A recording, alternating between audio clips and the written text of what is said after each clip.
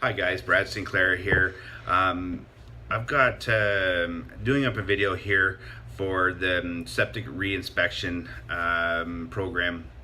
From what I can learn from it, I've got probably about 6 or 7 hours of investigating in here, and I'm going to try and compact all that to 10 minutes just so you have an understanding of what's going on and what is being pushed on us.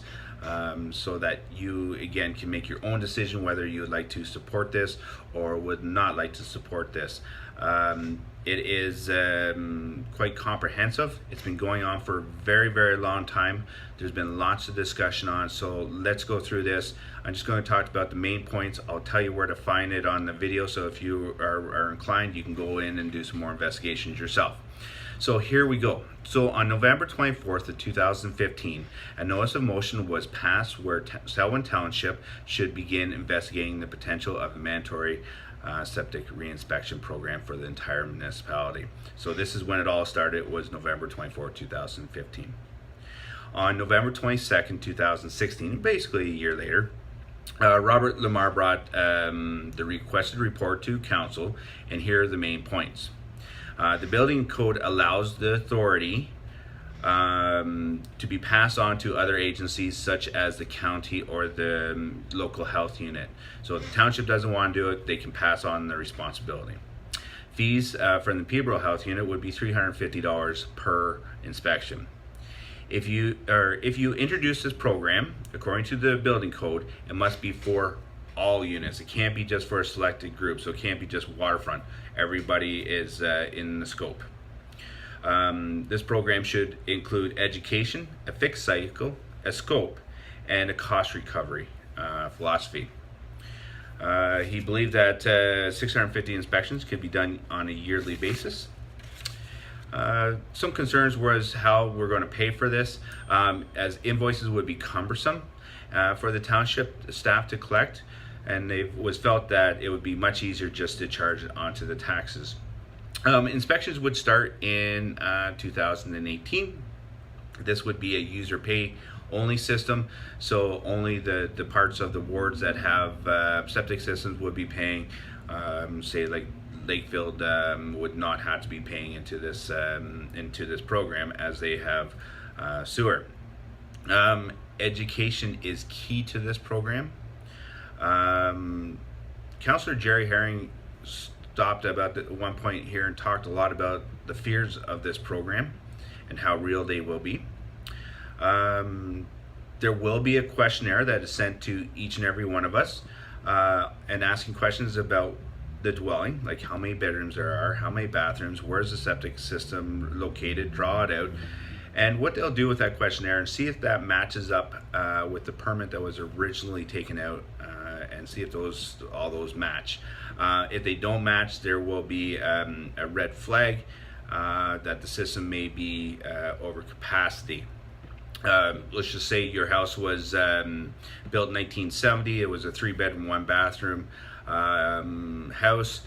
Somebody in 1980 put a 4th bedroom in there, and you bought the house in 2015, 25 years later. If those permits don't match, you get red flagged, is what I can take from this, as the system may be over capacity. Visual inspections will not have the lids lifted. That changes, but bear with me. So that's how they left it in November of 2016. August 8th, 2017. The Peterborough Health Unit did a presentation on this meeting. You can find that video time at 1 hour and 34 minutes. Mr. Lamar brought a report to council to get further guidance. He did mention that the cost for inspections will be $325, which was negotiated. Education will start in 2017. He believes 6 years to get all the waterfronts done. Quote, "We do not have unhealthy lakes when it comes to phosphorus levels. They're all pretty good, but we would start in the lakes with the highest phosphorus levels," unquote. The fund recovery model was of concern again, especially because they're going to have to pay the health unit a year in advance. before they can collect the funds from taxpayers. So they did a calculation, and it came out to $5 per inspection to cover those additional charges or costs or interest for that first year of inspections. A certificate will be provided to the landowner, and holding tanks will be part of this inspection. Again, it was noted that lifting of the lids are not part of the scope. Part of the protocol is to see what is on the property matches to what the permit is or was originally taken out, and it could push it, any irregulars could push it into a phase 2 inspection. If permits do not match up, the Selwyn Building Department will also be contacted, and further inspections will be billed directly to the landowner. So if it triggers any extra inspections, the landowner will be charged directly, and that will not be put on your taxes. Okay, so November 28th, 2017. Mr. Lamar brought the draft of the bylaw to council, and the bylaw provides that the inspection cycle would be a 10-year period.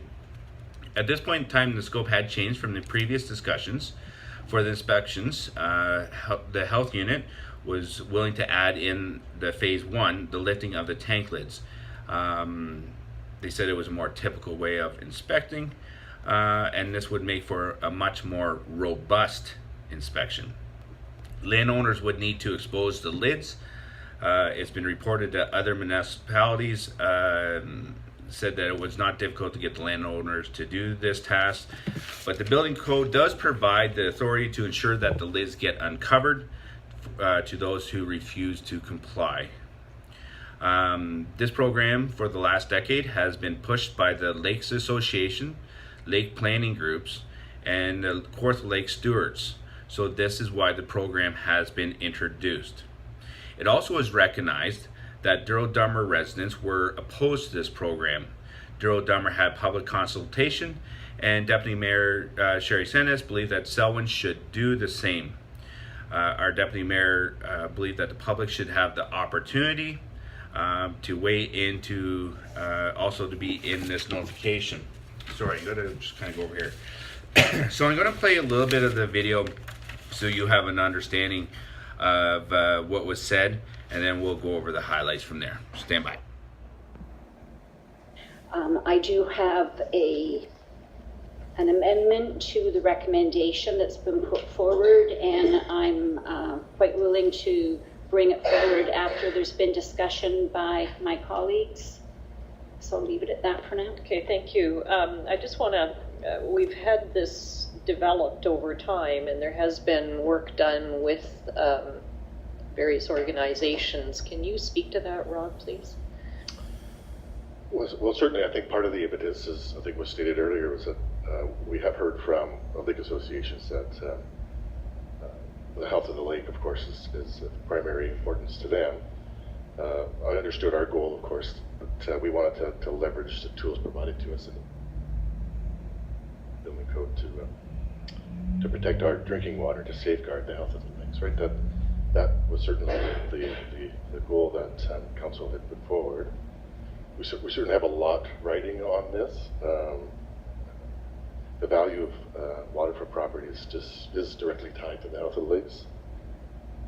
Of course, and our tourism is largely tied to the beauty and functionality of our waterfront, our water bodies as well. You know, in terms of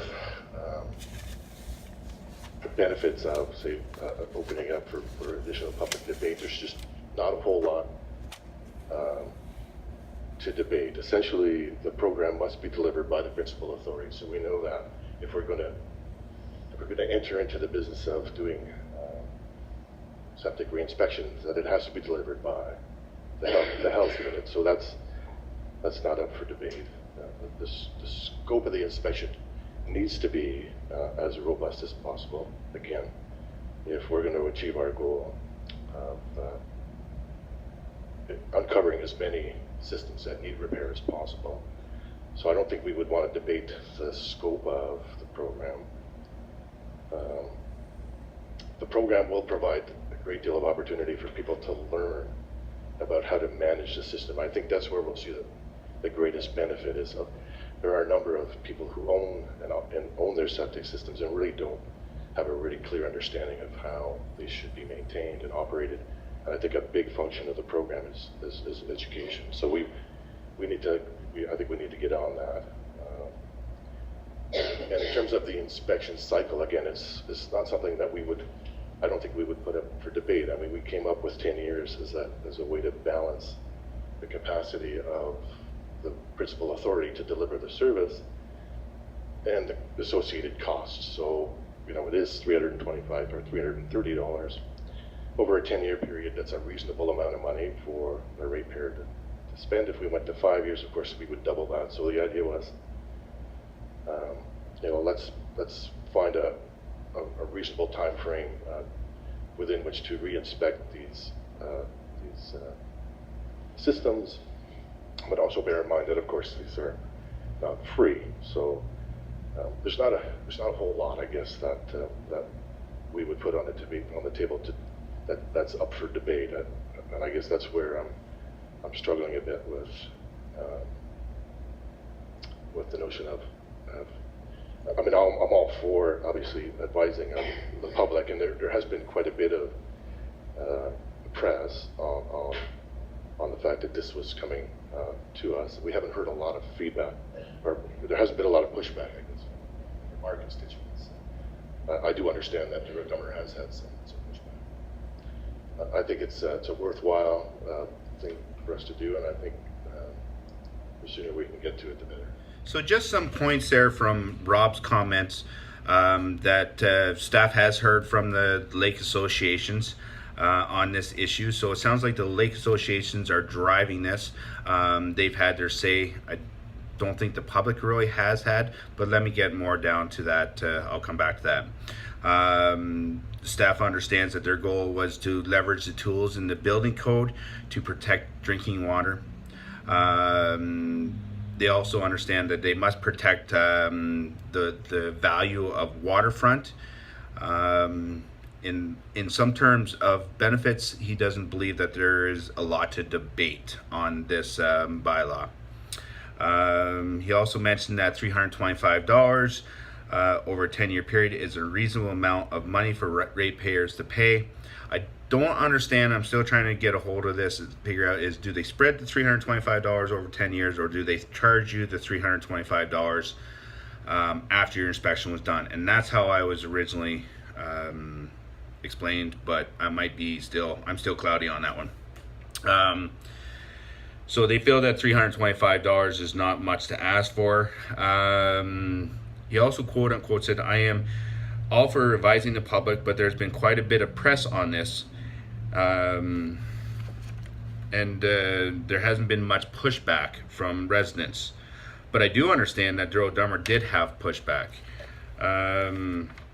I think that I keep up to a lot of what's going on with the township council, and I didn't hear anything about this. I didn't, not a thing. I missed it. I don't open up my tax bill. My wife pays that. I just haven't heard from them. So they're saying very clearly that that there's been a lot of press and people know about it. Nobody said a thing. We'll play a video here. You'll hear that Mayor Mary Smith says that she hasn't heard from anyone either. You'll hear from Donna Ballantyne, and she doesn't disagree with anything on this report, but she also does agree with our deputy mayor too, that there should be a public meeting. So there's some disagreeing on if it should be just a public meeting or there should be an opportunity for us to have a say. At one point, Councillor Jerry Herring said this is happening. But again, I'm just going to play this, let you guys hear their own words, and you can come up with your own opinion. About other councillors, but Donna, you had a question? Not a question, but a comment. I don't disagree with anything in Rob's report, and I don't believe that we would debate any of the terms and conditions. It's just that my experience has been that if people are given the information face-to-face, personally in a public meeting, it's understood better, and it's, I guess it's made more aware to them, and the word spreads more. I think we know that when they get a letter in their tax bill, half the time they don't read it, and social media doesn't work for a lot of things. So I really would be in agreement to have a public meeting as well. I think it's only fair. It will delay us for a short period of time, but I think it's the best way to move forward. Okay, Jerry? Thank you, through you. Just I guess a comment, and Councillor Valentine mentioned about not having a debate, and that's one of the things I wrote down here. I don't disagree with anything Rob's